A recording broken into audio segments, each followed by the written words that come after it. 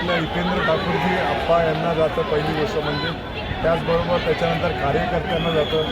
सर्व कार्यकर्त्यांनी तन मन धन अर्पून यावेळेला मेहनत, जसं काही आपल्या घरातला उमेदवार उभा आहे अशा प्रकारे निवडणूक लढवली. त्याचसोबत पैशांचा खेळ, EVM मशीन, हे सगळे जे काय आपलं जातीय राजकारण, जातीय भडकावभडकवी, या सगळ्याला प्रत्युत्तर कार्यकर्त्यांनी ज्यांनी खरी काही कामं केली आहेत त्यांचे कामांची आठवण ठेवूनच मतदानाद्वारे हे दाखवून दिलं की इथे हितेंद्र ठाकूरजींना बहुजन विकास आघाडीला पर्याय. त्यापेक्षा देखील तुम्ही बघितलं असेल की एवढी प्रचंड पैशाचा अपव्यय करून देखील आपण आपल्या केवळ कामांमुळे आपली सत्ता इकडे येऊ शकत आहे.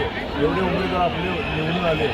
जे काही उमेदवार पडले तिथे थोडा जास्त प्रमाणातच नको त्या प्रकारचा प्रचार झाला. किती उमेदवार प्रेशर एक अंदाजे 30 एक उमेदवार आपले अंदाज आहे की ते जिंकून येऊ शकत नव्हते. म्हणजे जे जिंकणारे होते, पण जसं सांगितलं की थोडा जातीय राजकारणाचा भाग आला, पैशाचा खेळ आला. ते बघितलं तर पश्चिमजी स्वतः होते, जो आमचा पाचोबंदर आणि त्या साईडचा वॉर्ड होता, त्या 2-2, 3-3 बूथमधली मशीन्स अर्धा पाऊण तास बंद होतं ते. आणि नंतर त्यांनी वाढीव वेळ दिली नव्हती.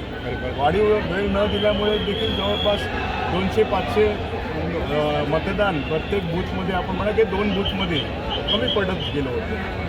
अशा प्रकारे हारजीतची कारणं वेगवेगळी आहेत, पण नक्कीच हे आप्पांचा विजय. आप्पांनी जे भावनिक आवाहन केलं होतं शेवटी देखील त्याचा पण हा परिणाम आहे. धन्यवाद. टायगर अभी जिंदा है.